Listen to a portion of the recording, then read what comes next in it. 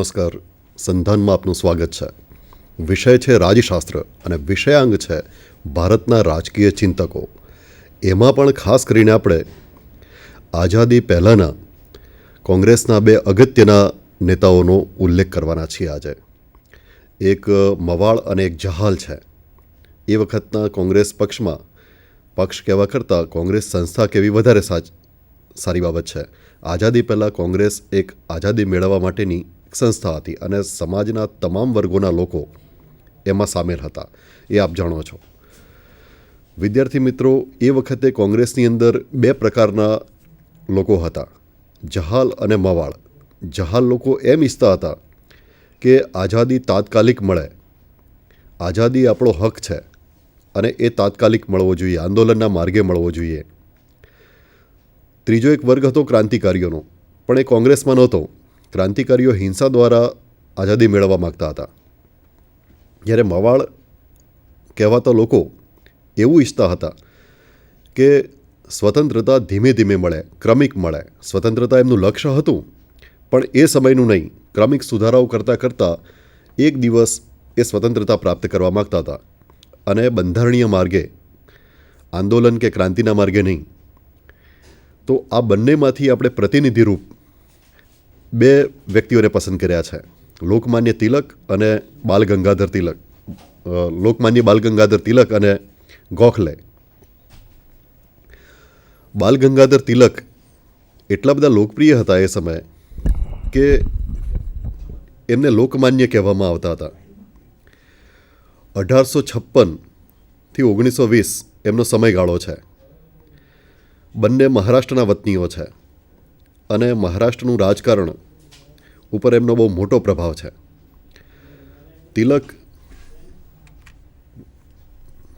તિલકનો photograph જુઓ, એક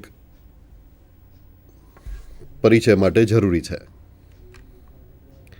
આ તસવીરમાં જે ત્રણ વ્યક્તિઓ જોવા મળ્યા છે એ જહાલ પક્ષના ત્રણ અગત્યના નેતાઓ છે. લાલ, બાલ અને પાલની ત્રિપુટી જે કહેવાતી હતી. લાલા લજપતરાય છે જમણી બાજુ, વચ્ચે છે લોકમાન્ય તિલક અને બિપિનચંદ્ર પાલ. આ ત્રણ ત્રિપુટી એ વખતે જહાલવાદી નેતાઓની હતી. આ ઐતિહાસિક તસવીર છે એમની.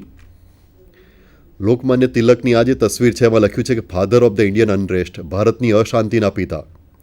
એક અંગ્રેજે કહેલું કે ભારતમાં અત્યાર સુધી શાંતિ હતી, આ તિલક આવ્યા પછી ભારતમાં અશાંતિ ઊભી થઈ છે, આંદોલનો શરૂ થયા છે. ગાંધી પહેલાં જો કોઈએ ભારતને આંદોલિત કર્યું હોય તો એ તિલકે કર્યું છે. માટે ફાધર ઓફ ધ ઇન્ડિયન અનરેસ્ટ એમના માટે એક ગૌરવની બાબત, આ હોવું અનરેસ્ટ એ ગૌરવની બાબત બની ગયેલી. આ તિલકની ઐતિહાસિક તસવીર છે.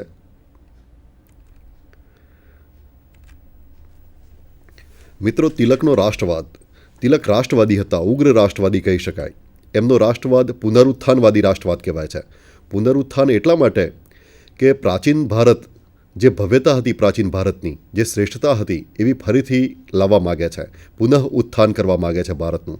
માટે તિલકના રાષ્ટ્રવાદને પુનરુત્થાનવાદી રાષ્ટ્રવાદ કહેવાય છે.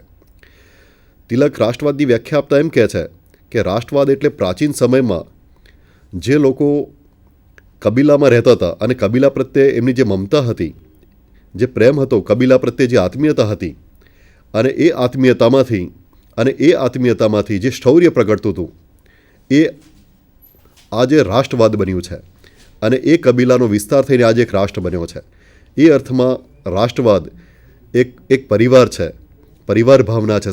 એટલે કે અમે બધા એક છીએ, વયમ ભાવના ને રાષ્ટ્રવાદ કહે છે તિલક.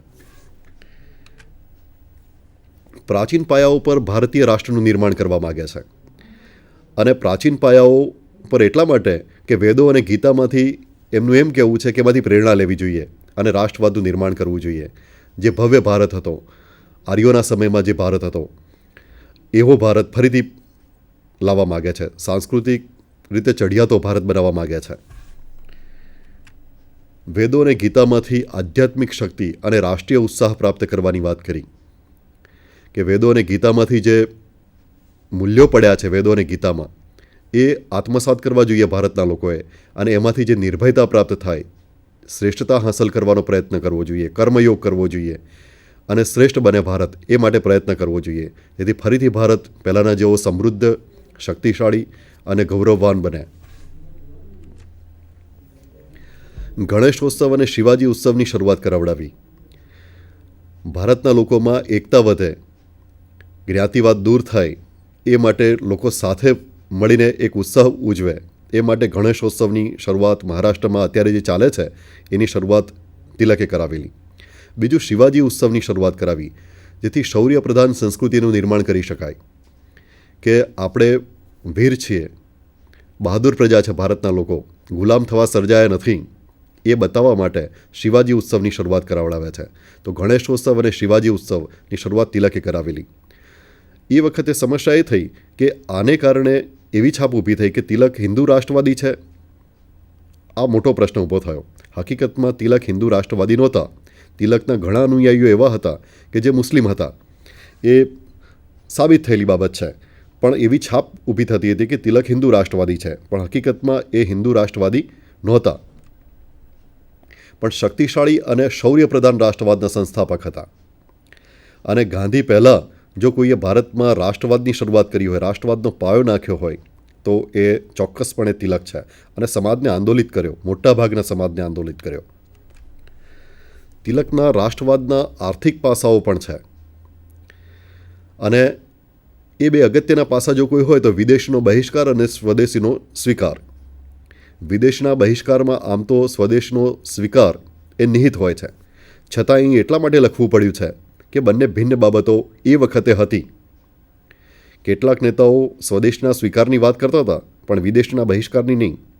જ્યારે તિલક સ્વદેશનો સ્વીકાર અને વિદેશનો બહિષ્કાર આ બંને બાબતોને સ્વીકારે છે. વિદેશી વસ્તુઓ, વિદેશી સરકાર, વિદેશી ભાષા, વિદેશી આધિપત્ય, આ બધાનો અસ્વીકાર કરવાનો છે. સ્વદેશી વસ્તુઓ, સ્વદેશી લોકો, સ્વદેશી સરકાર, આનો સ્વીકાર કરવાનો છે. વિદેશીમાં માત્ર વસ્તુઓ જ નથી, સરકાર પણ આવી જાય છે. વિદેશી સરકાર કાઢો, વિદેશી વસ્તુઓ કાઢો અને સ્વદેશીને અપનાવો. સ્વદેશી સરકાર, સ્વદેશી શિક્ષણ, રાષ્ટ્રવાદી શિક્ષણ, રાષ્ટ્રને મુક્તિ અપાવનારું શિક્ષણ અને સ્વદેશી વસ્તુઓ, સ્વદેશી સરકારનો સ્વીકાર, આ એમના અગત્યના પાસાઓ છે, આર્થિક પાસાઓ છે એમના રાષ્ટ્રવાદના. દાદાભાઈ નવરોજીની જેમ એ પણ નિર્ગમ સિદ્ધાંતનો સ્વીકાર કરે છે કે દેશમાંથી ધન ઢસડાઈ રહ્યું છે. નિર્ગમ સિદ્ધાંત દાદાભાઈ નવરોજીએ આપેલો કે દેશનું ધન બ્રિટન જઈ રહ્યું છે, અને એ સિદ્ધાંતનો સ્વીકાર કરે છે. આપણા દેશનું ધન આપણા દેશમાં જ રહે, એ માટે જરૂરી છે કે સ્વદેશી ચીજવસ્તુઓનો જ સ્વીકાર કરવો જોઈએ, સ્વદેશી વસ્તુઓ ખરીદવી જોઈએ, જેથી ભારતનું ધન ભારતમાં જ રહે. ભલે એ થોડીક ઉતરતી કક્ષાની હોય, બરછટ હોય, છતાંય સ્વદેશી કપડાનો આગ્રહ તિલક રાખતા.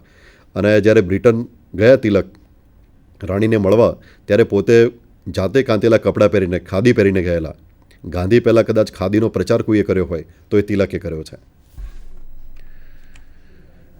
તિલકનું લક્ષ્ય સ્વરાજ છે. સ્વરાજ હમારા જન્મસિદ્ધ હક આહે. સ્વરાજ મારો જન્મસિદ્ધ હક છે, એ લઈને જ રહીશું, એમ કહેતા. કે કોઈ તમારા ઘરમાં આવે છે અને તમે એને વિનંતીઓ કરો છો, અરજીઓ કરો છો, એની વિરુદ્ધ ઉપવાસ કરો છો, આ કેવી રીતે ચાલે? તિલક કહેતા હતા કે સ્વરાજ એ આપણો જન્મસિદ્ધ હક છે અને લેવાનો છે. ખોટું કર્યું હોય તો અંગ્રેજોએ કર્યું છે, માટે એમને કાઢવાના છે. અને આંદોલનના માર્ગે, આંદોલનના માર્ગ સિવાય બીજો કોઈ વિકલ્પ નથી. બંધારણીય માર્ગોના એ વિરોધી હતા, માટે તો જહાલ અને મવાળ બંને વચ્ચે સૈદ્ધાંતિક મતભેદો હતા. બંનેનું સાધ્ય એક જ હતું, સાધનો જુદા હતા. તિલક જહાલ છે, ઉગ્રવાદી છે, ત્રાસવાદી નથી, ઉગ્રવાદી છે. પોતાની રજૂઆત ઉગ્ર રીતે કરે છે, આંદોલનના માર્ગે કરે છે. અને આ એમનું સૌથી અગત્યનું સૂત્ર છે કે સ્વરાજ એ અમારો જન્મસિદ્ધ હક છે અને એ લઈને જ રહીશું. 1919 અને 1920માં તેમણે વિલ્સનના આત્મનિર્ણયના હકનો સ્વીકાર કર્યો અને તેને ભારતમાં વ્યવહારમાં મૂકવાની અંગ્રેજોને વાત કરી. વિલ્સને કહ્યું કે જે રાષ્ટ્રો ગુલામ છે કે કોઈના વાલીપણા નીચે જીવે છે, ખાસ કરીને યુરોપીય સત્તાઓના, તો એ ગુલામ રાષ્ટ્રોએ જે વાલીપણા નીચે જીવે છે એમણે નિર્ણય જાતે કરવાનો છે કે ગુલામ રહેવું કે સ્વતંત્ર થવું, વાલીપણા નીચે રહેવું કે સ્વતંત્ર થવું. આ આત્મનિર્ણયનો જે અધિકાર છે એ દરેક રાષ્ટ્રોને મળેલો છે, એમ વિલ્સને કહેલું. અને વિલ્સન અંગ્રેજોના મિત્ર હતા, પહેલાંના બીજા વિશ્વયુદ્ધમાં આપણને ખબર છે. તો એમણે અંગ્રેજોને કહ્યું કે વિલ્સનના જે આત્મનિર્ણયનો અધિકાર છે એનો તમે સ્વીકાર કરો. આ બહુ અગત્યની બાબત હતી. એક આંતરરાષ્ટ્રીય દબાણ લાવવાની વાત હતી આમાં. સ્વરાજ એટલે શું? તો સ્વરાજની વ્યાખ્યા તિલક એવી આપે છે કે સ્વરાજ એટલે અંતિમ સત્તા લોકોના હાથમાં હોય, અને ત્યારે જ શક્ય બને જ્યારે લોકશાહી હોય. અંતિમ સત્તા લોકોના હાથમાં હોય, લોકશાહી હોય, એવું સ્વરાજ ઈચ્છતા હતા કે અંગ્રેજો ભારતમાંથી જાય અને ભારતમાં લોકશાહી આવે. અંતિમ સત્તા લોકોના હાથમાં હોય, સરકાર લોકોને જવાબદાર હોય. આવી જવાબદાર સરકાર, લોકોના હાથમાં સત્તા હોય, સાર્વભૌમ સત્તા અંતે તો લોકોના હાથમાં ત્યારે જ હોય જ્યારે લોકશાહી હોય. તો લોકશાહીનો સ્વીકાર કરે છે તિલક. કારોબારીના અધિકારીઓ અને કર્મચારીઓ પોતાને લોકો પ્રત્યે જવાબદાર સમજે. આ સૌથી અગત્યની વાત છે. લોકશાહીનું મર્મ છે કે અધિકારીઓ અને કર્મચારીઓ પોતાના ઉપરી અધિકારીને તો જવાબદાર રહે જ છે, પણ લોકો પ્રત્યે જવાબદાર રહે. કારણ કે અંતિમ સત્તા લોકોના પાસે છે. લોકોના વોટથી અને નોટથી સરકાર ચાલે છે. આ લોકશાહીમાં સૌથી અગત્યની વસ્તુ છે.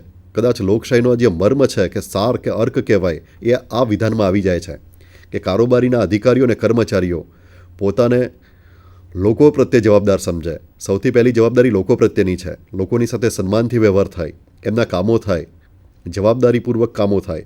આ જરૂરી છે. આ લોકશાહીનો અર્ક છે.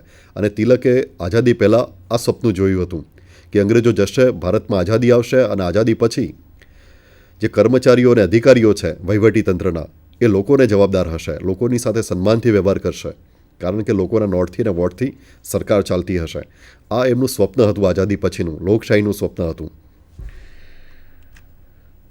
ઔદ્યોગિક પ્રગતિ માટે, રાષ્ટ્રીય શિક્ષણ માટે, સામાજિક સુધારાઓ માટે પ્રશ્ન એ હતો કે સ્વરાજ શા માટે? સ્વરાજ કેમ જોઈએ છે?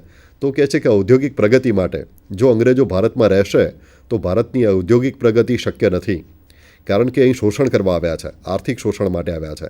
બ્રિટનના ઉદ્યોગોને પોષવા માટે જ એમની તમામ નીતિઓ છે. માટે જો ભારતે ઔદ્યોગિક વિકાસ કરવો હશે તો અંગ્રેજો ભારત છોડે એ જરૂરી છે.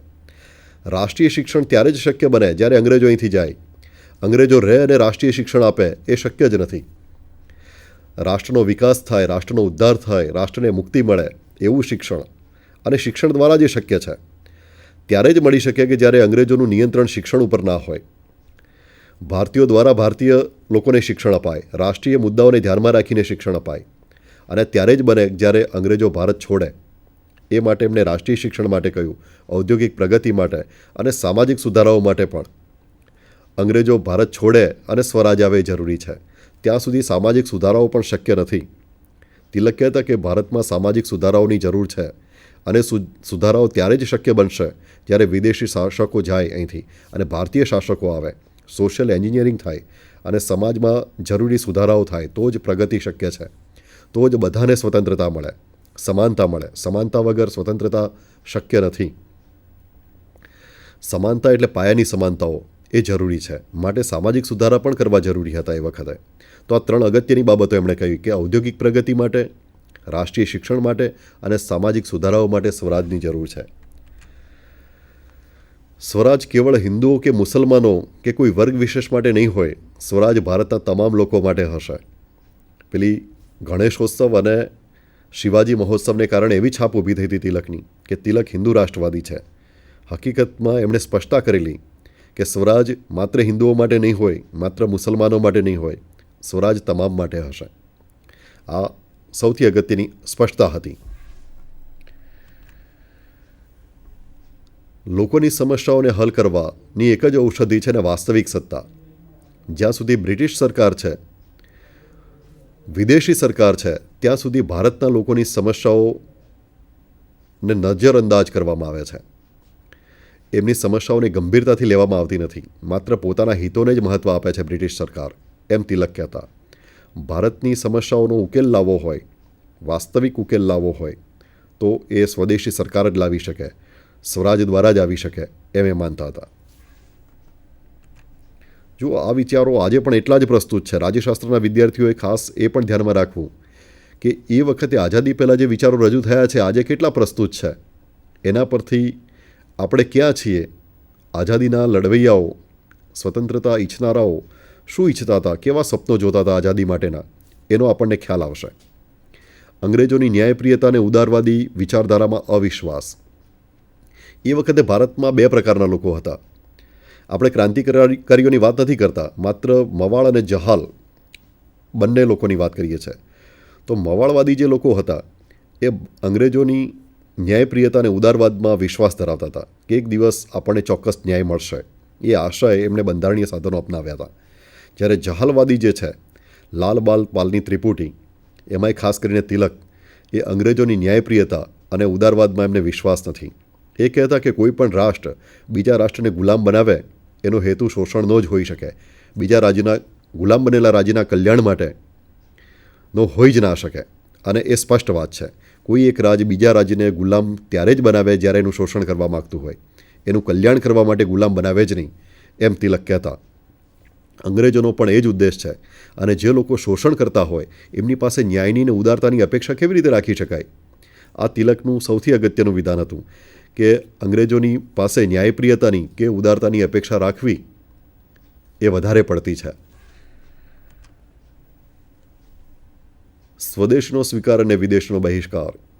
તિલકે એ વખતે સ્વદેશી પ્રચારિણી સભાની સ્થાપના કરેલી કે સ્વદેશી ચીજવસ્તુઓ, ખાસ કરીને ખાદી અને હાથ બનાવટની વસ્તુઓનો પ્રચાર અને પ્રસાર કરે એ માટે, જેથી ભારતમાંથી જે ધન નફાના સ્વરૂપે ઢસડી જવામાં આવે છે એ અટકે અને ભારતનો પૈસો ભારતમાં જ રહે, ભારતનું ધન ભારતમાં રહે અને લોકો સુખી થાય. એ માટે સ્વદેશી પ્રચારિણી સભા, સ્વદેશી ચીજવસ્તુઓ, સ્વદેશી શિક્ષણ અને સ્વદેશી સરકાર, આની વાત કરે છે. વિદેશનો બહિષ્કાર, એમાં વિદેશી ચીજવસ્તુઓ, વિદેશી સરકાર અને વિદેશી શિક્ષણ, આનો બહિષ્કાર કરવાની વાત કરે છે તિલક.